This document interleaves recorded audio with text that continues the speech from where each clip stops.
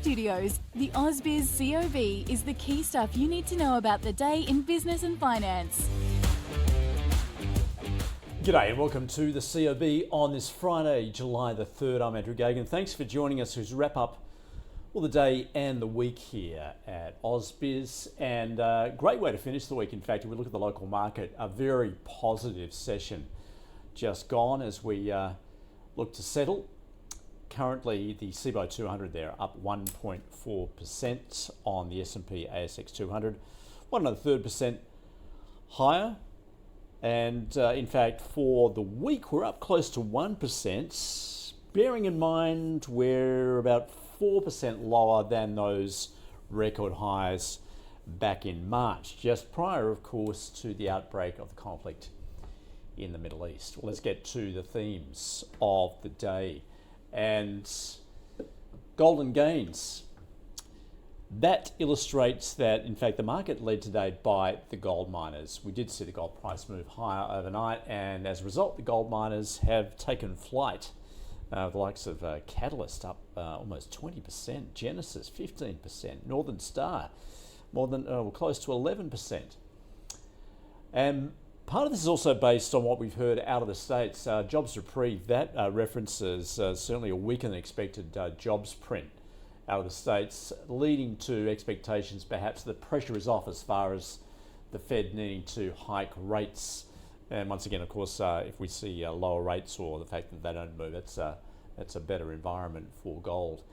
And 250th holiday, well, that's what the US is about to celebrate, July the 4th, which falls on the Saturday. However, well, they're all taking the day off tomorrow on Friday ahead of that break, so it's a long weekend in the States, therefore markets will be closed in the session ahead for Friday. So let's get to the sectors that have moved today. I mentioned gold, so let's start there, then see what where the leaders have been. Northern Star, as I mentioned, up more than 11%, Newmont and Evolution. Also some healthy gains, in fact, right across the sector. Elsewhere, energy. Of course, we've seen that war trade unwind, evidenced by the movement in gold, which has suffered over the course of the conflict, whereas energy obviously having boosted with the oil price, but that is now completely unwound.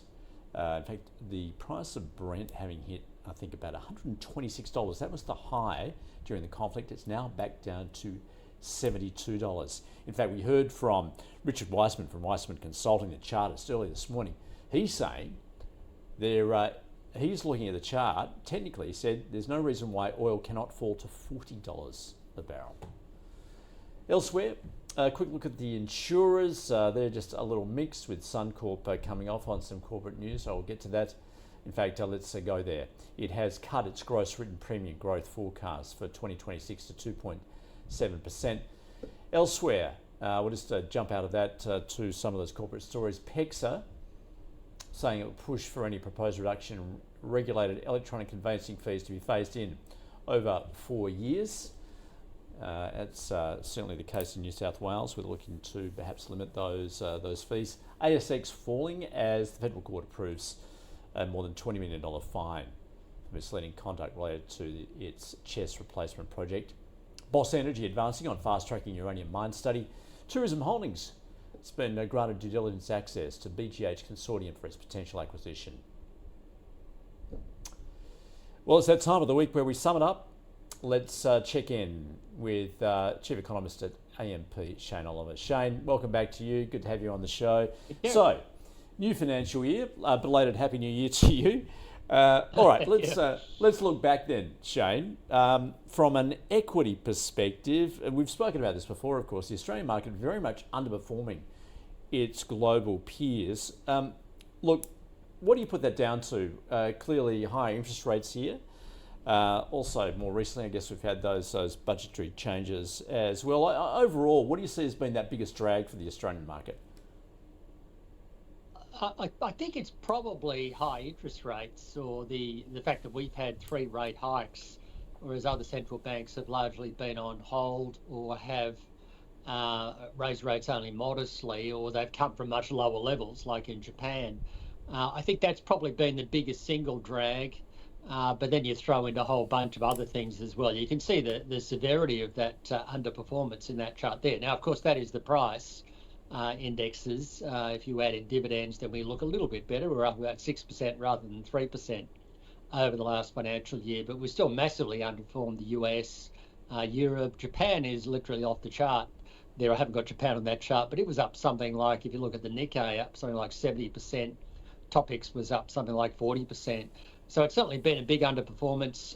Rate hikes, our healthcare stocks have been under a lot of pressure as well. We don't have the sort of tech that's dragging the US share market up, like AI. And our tech is probably the sort of tech that will, if anything, be disrupted by AI in a negative way to a greater degree. And then, of course, the budget changes. And then I think there was a feeling there around the time of the war, when the war was really hotting up, that Australia would be dragged down by more. And for some reason, we haven't really recovered from that perception.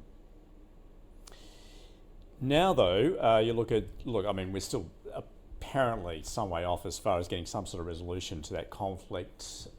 Nonetheless, the market's interpreting that we're pretty much at the end there. Taking a look at oil, Shane, now we saw those severe inflationary effects of oil given the supply shock.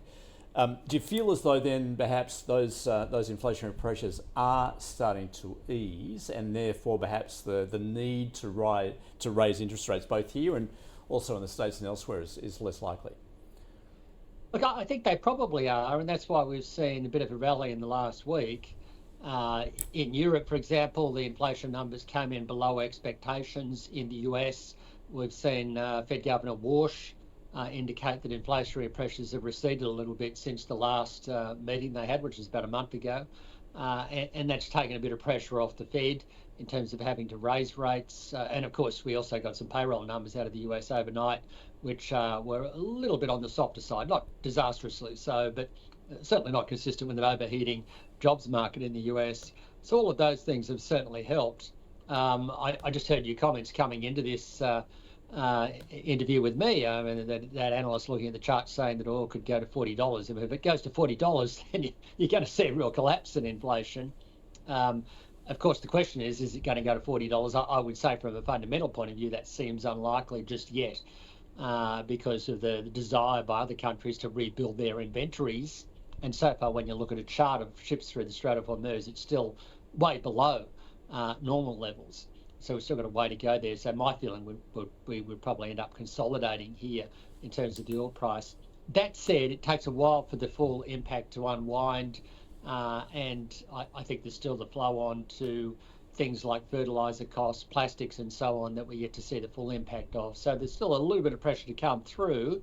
But if you take a 6 to 12 month view, then the inflationary pressures flowing from the war should start to well and truly recede. I think the bigger issue for Australia, though, is that, as the Reserve Bank said, we still have a situation where we have excess demand relative to supply. Capacity constraints are still there. And that is probably the biggest single risk for inflation in Australia. Well, and also economic growth largely holding up across the globe, despite what we've seen, obviously, across the course of the war. Interestingly, Shane, when we look at GDP, you always come up with a great chart. There's another big event going on right now in terms of the World Cup, and you've come up with a GDP predictor of football success. Well, I wouldn't really call it a predictor, but it does show a correlation. Actually, my colleague Mi Bu put this together, and if you go to the Instagram Econosites page, she explains it and a few other things around football. But I mean, it's well known that big drivers of how well a country performs in an international event are some function of population and GDP per capita. Now, GDP, I guess, sums those two things together. And what you can see here is that there is quite a good correlation between the level of GDP, that means some reflection of the number of people in the country, and the wealth or the income in that country to fund sports like soccer, and obviously their performance as ranked in the World Football Rankings from ELO. I don't think this has anything to do with Jeff Lynne, but anyway, that's a side issue. But anyway, there is a positive correlation there. And in fact, the R squared on that chart is 45%. In other words, GDP explains about 45% of the variance between countries in terms of the World Football Ranking. Now, we have shown that as a log scale. Some people might be confused as to why we've done that. If you don't use a log scale, you end up with funny looking charts. But there's another point that once you go from being a poor country to be a reasonably well-off country in terms of size and GDP, you get a big boost. But beyond that, if you go out to where the US is, say, you get lots more stadiums, but it doesn't make a big difference. So there's a diminishing return to extra GDP. But I think what you see in that chart there is there's a bunch of countries, Paraguay, Croatia, Argentina, Portugal, Colombia, Spain, France, maybe not so much France, but who are I guess, punching above their weight in terms of GDP. And so there on the high side, there's a bunch of countries down on the low side there, Pakistan, Singapore, India, Indonesia, and so on, China even. They're punching below their weight. And I think that partly reflects other factors driving this. And the common one, of course, is that in Europe and South America, everyone loves soccer. They don't even call it soccer, they call it football. And there's not as much competition with other forms of football, whereas you come to countries like Australia, there's different forms of football. We call them AFL and rugby league and so on.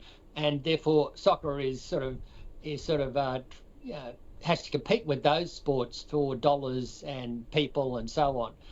So that's an issue there. And of course, in some countries, they're not really that interested in soccer. Really, Pakistan's more interested in cricket, much like India. So there's a whole bunch of other factors in this, but that would suggest you can get a rough idea there who the good-looking countries are in terms of soccer, that France, England, and so on. In the end, to narrow it down, I ended up going to ChatGPT. I'll always admit this. Everyone goes to ChatGPT or some form of it these days, Gemini or Claude, or we use Microsoft Copilot, and it told me that France is the favourite based on its model, which was, I think, just looking at what everyone else was saying. So France, to me, seems to be the most likely winner, followed by Argentina, which surprised me a little bit, but we all know that Messi's a star performer in terms of kicking goals. I think this is his 6th World Cup. Yeah, well, in fact, I think if Australia makes it through against Egypt, then the next opponent will be Argentina, so that would clearly be a very tough task. Now, Shane, you're a high-profile, highly respected economist. I mean, that's the reason why we have you on the show, of course. But it does it does make you a target online. In fact, I gather you've become a victim of AI-generated deepfakes, essentially endorsing fraudulent investment schemes. I mean, it's pretty disturbing. Well, that one's probably the milder one. When you watch that, you go to that, that's on YouTube. It does look a bit like me, or quite a lot like me, in fact.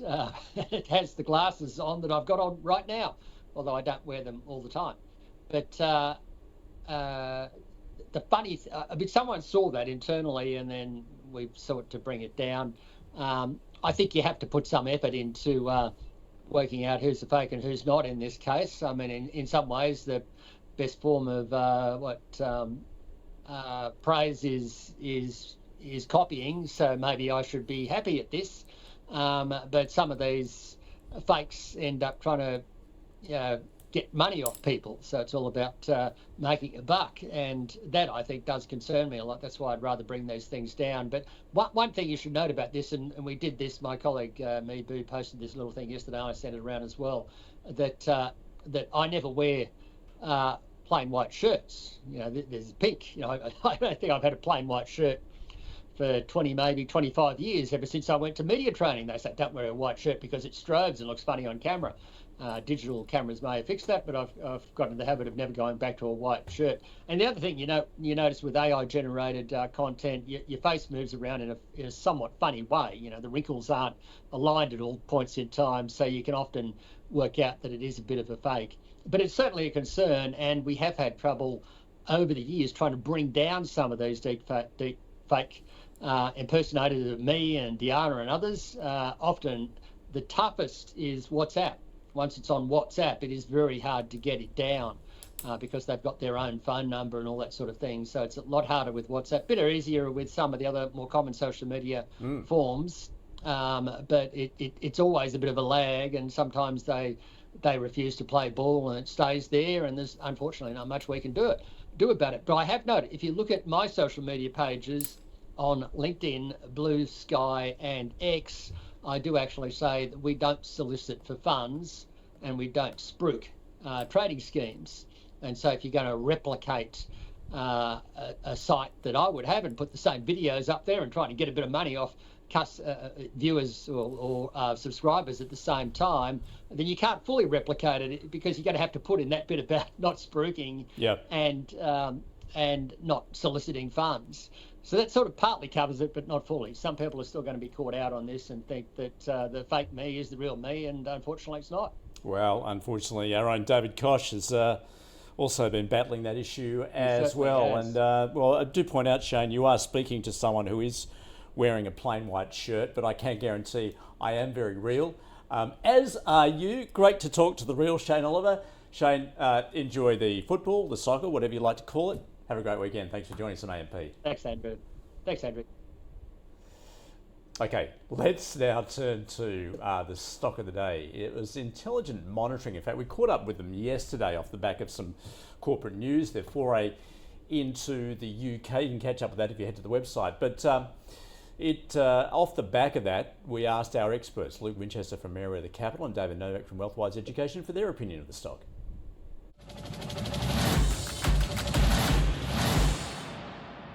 Super interesting stock here, and one that I think will divide investors, because this is a large acquisition. It's more than doubling the existing business.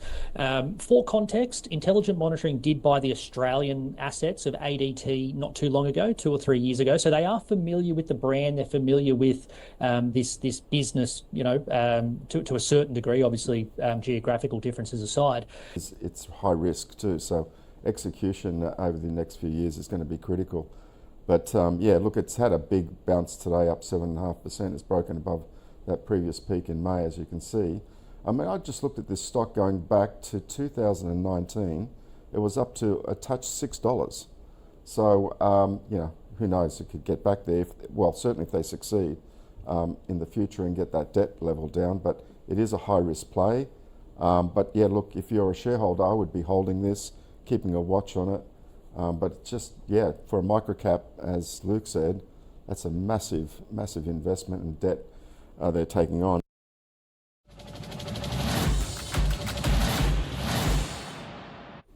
Right, let's sum up where we're finishing on this Friday then. Check in on the winners and losers in today's trade, beginning with the winners. Look at that, they're all in the gold space.